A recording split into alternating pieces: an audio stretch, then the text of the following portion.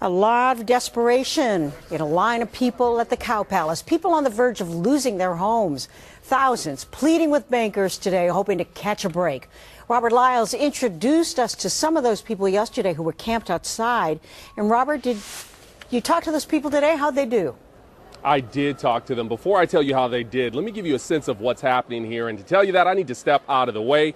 This is inside the Cow Palace. What you see before you are 251 tables with NACA or NACA representatives, counseling representatives, trying to get the best deal for a number of desperate homeowners. Now, we did a little homework and found out that NACA is a nonprofit mortgage broker. Now, they are in a position where they can grant mortgages, but in this instance, they are not able to grant a mortgage to anyone. Everyone here is attempting a refinance through their existing mortgage holder. If we can pan up into the crowds, you can see that there are still hundreds of people sitting in the stands. They're all waiting to get down to one of these mortgage counselors to plead their case. But as you're about to see, some were successful and some were not.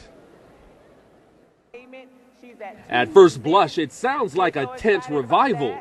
She was faced in foreclosure when she came through the doors this morning, but we have saved her home. Complete with emotional shouts. It works! After waiting in a line that stretched the length of the Cow Palace, Rosanna de Guzman received what her bank had been refusing for months, a lower payment. Before, my mortgage is $1,600. Now it's $1,153. Neighborhood Assistance Corporation of America calls this the last stop on their 6-city Save the Dream tour. There's been almost no advertisement, and still hundreds of desperate homeowners slept in the Cow Palace parking lot, hoping this tour would save their homes from foreclosure. Casey Castro is one of them. We talked with her live last night. It's a matter of the heart. This is a family situation.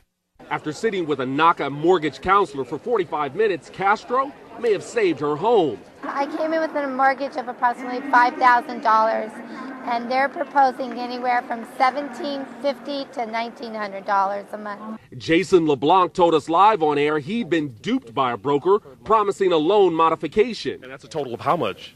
About $28,500. But once inside, LeBlanc was met with more heartache. NACA counselors recommended a reduced loan, but his bank balked, saying the broker's actions were fraudulent. So now, because of that, LeBlanc is being investigated. NACA's now trying to stop the foreclosure. I have a sale date for my house November 5th. And so they're going to take me over to another department to try to stop the sale before it gets sold. So they're walking me step by step. Now, how is all of this possible? We have learned that NACA is funded by a federal grant, a $16 million federal grant that pays for all of the counselors, that pays for the computers and all of the overhead that you see. We have also learned that for every successful mortgage that is modified, NACA will receive anywhere from $200 to $400 once that mortgage holder makes 3 months of successful payments.